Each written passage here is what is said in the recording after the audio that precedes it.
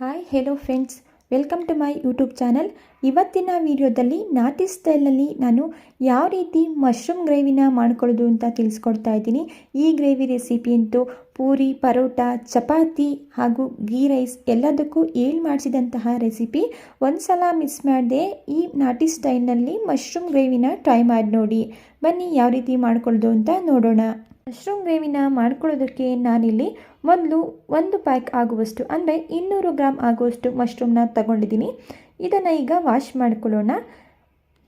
ಈಗ ನಾನಿಲ್ಲಿ ಒಂದು ಬೌಲ್ಗೆ ನೀರನ್ನು ಸೇರಿಸಿ ಮಶ್ರೂಮ್ನ ಸೇರಿಸ್ಕೊಳ್ತಾ ಇದ್ದೀನಿ. ಇದ್ರ ಜೊತೆಗೆ ಸ್ವಲ್ಪ ಉಪ್ಪು, ಹಾಗೆ ಸ್ವಲ್ಪ ಅರಿಶಿಣದ ಪುಡಿ, ಹಾಗೆ 1 ಟೀ ಸ್ಪೂನ್ ಆಗುವಷ್ಟು ನಿಂಬೆಹಣ್ಣಿನ ರಸನ ಸೇರಿಸಿ ಮಿಕ್ಸ್ ಮಾಡಿಕೊಂಡು ಮಶ್ರೂಮ್ನ ವಾಶ್ ಮಾಡ್ಕೊಳ್ತಾ ಇದ್ದೀನಿ. ವಾಶ್ ಮಾಡ್ಕೊಂಡಿದ ನಂತರ ಮತ್ತೊಮ್ಮೆ ಇದನ್ನು ಪ್ಲೈನ್ ವಾಟರ್ನಲ್ಲಿ ವಾಶ್ ಮಾಡ್ಕೋಬೇಕಾಗುತ್ತೆ.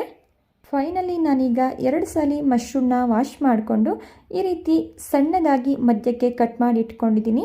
ನೋಡಿ, ಸಣ್ಣದಾಗಿರುವಂತಹ ಮಶ್ರೂಮ್ನ ನಾನಿಲ್ಲಿ 2 ಪೀಸ್ ಮಾಡ್ಕೊಂಡಿದ್ದೀನಿ. ಹಾಗೆ ದಪ್ಪದಾಗಿರುವಂತಹ ಮಶ್ರೂಮ್ನ 4 ಪೀಸ್ ಮಾಡ್ಕೊಂಡಿದ್ದೀನಿ. ನೆಕ್ಸ್ಟ್ ನಾವಿಲ್ಲಿ ಮಶ್ರೂಮ್ ಗ್ರೇವಿನ ಮಾಡ್ಕೊಳ್ಳೋದಕ್ಕೆ ಒಂದು ಮಸಾಲೆನ ಗ್ರೈಂಡ್ ಮಾಡ್ಕೊಳ್ಳೋಣ.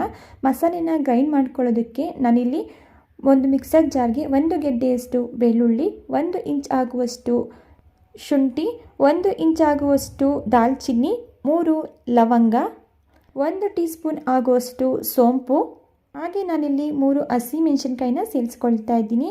ನೀವು ನಿಮ್ಮ ಖಾರಕ್ಕೆ ಅನುಗುಣವಾಗಿ ನೋಡಿ ಸೇರಿಸ್ಕೊಳ್ಳಿ. ಇದ್ರ ಜೊತೆಗೆ ಗ್ರೇವಿ ಥಿಕ್ನೆಸ್ಗೋಸ್ಕರ ನಾನಿಲ್ಲಿ ಒಂದು 7ರಿಂದ 8 ಪೀಸಸ್ಸಷ್ಟು ಗೋಡಂಬಿನ ಸೇರಿಸ್ಕೊಳ್ತಾ ಇದ್ದೀನಿ.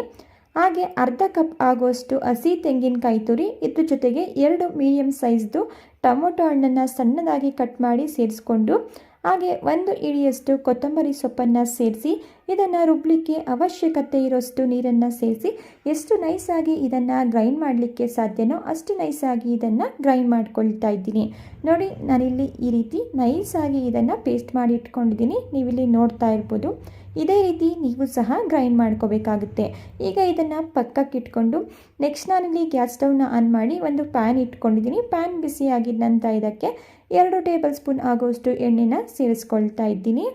ಎಣ್ಣೆ ಬಿಸಿಯಾಗಿದ್ದ ನಂತರ ಜಸ್ಟ್ ಇದಕ್ಕೆ ಒಂದು ಪಲಾವ್ ಎಲೆ, ಹಾಗೆ ಸಣ್ಣದಾಗಿ ಕಟ್ ಮಾಡಿ ಇಟ್ಕೊಂಡಿರುವಂತಹ 2 ಮೀಡಿಯಮ್ ಸೈಜ್ ಈರುಳ್ಳಿನ ಸೇರಿಸಿ ಈರುಳ್ಳಿ ಸಾಫ್ಟಾಗಿ ಗೋಲ್ಡನ್ ಕಲರ್ ಆಗೋವರೆಗೂ ಇದನ್ನು ಫ್ರೈ ಮಾಡ್ಕೋಬೇಕಾಗುತ್ತೆ. ಈ ರೀತಿ ಈರುಳ್ಳಿನ ಗೋಲ್ಡನ್ ಕಲರ್ ಆಗೋವರೆಗೂ ಫ್ರೈ ಮಾಡಿಕೊಂಡ್ರೆ ಮಶ್ರೂಮ್ ಗ್ರೇವಿ ತುಂಬಾ ಟೇಸ್ಟಿಯಾಗಿ ಬರುತ್ತೆ.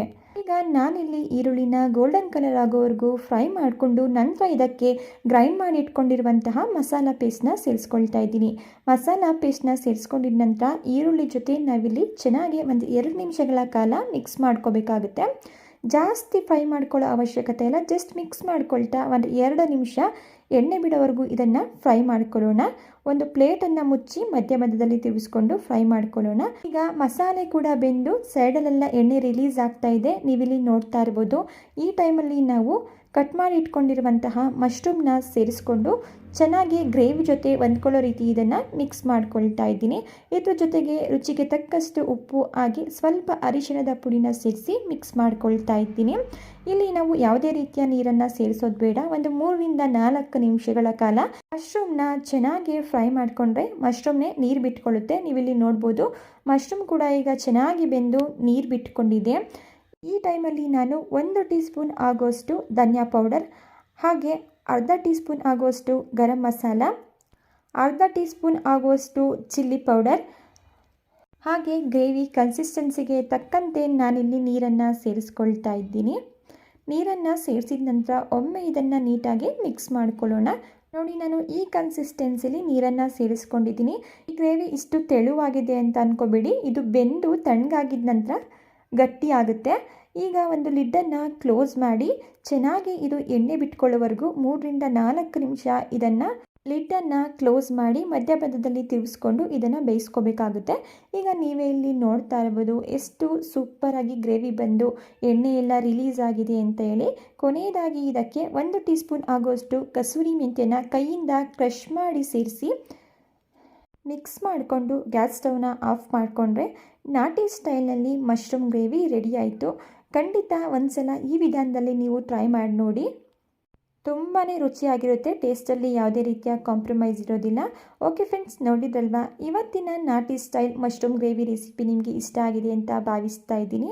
ಇಷ್ಟ ಆಗಿದ್ದರೆ ಇದೇ ರೀತಿ ಸಿಂಪಲ್ ಹಾಗೂ ಟೇಸ್ಟಿ ರೆಸಿಪಿಗಳಿಗಾಗಿ ದಯವಿಟ್ಟು ಚಾನಲ್ನ ಸಬ್ಸ್ಕ್ರೈಬ್ ಮಾಡ್ಕೊಳ್ಳಿ.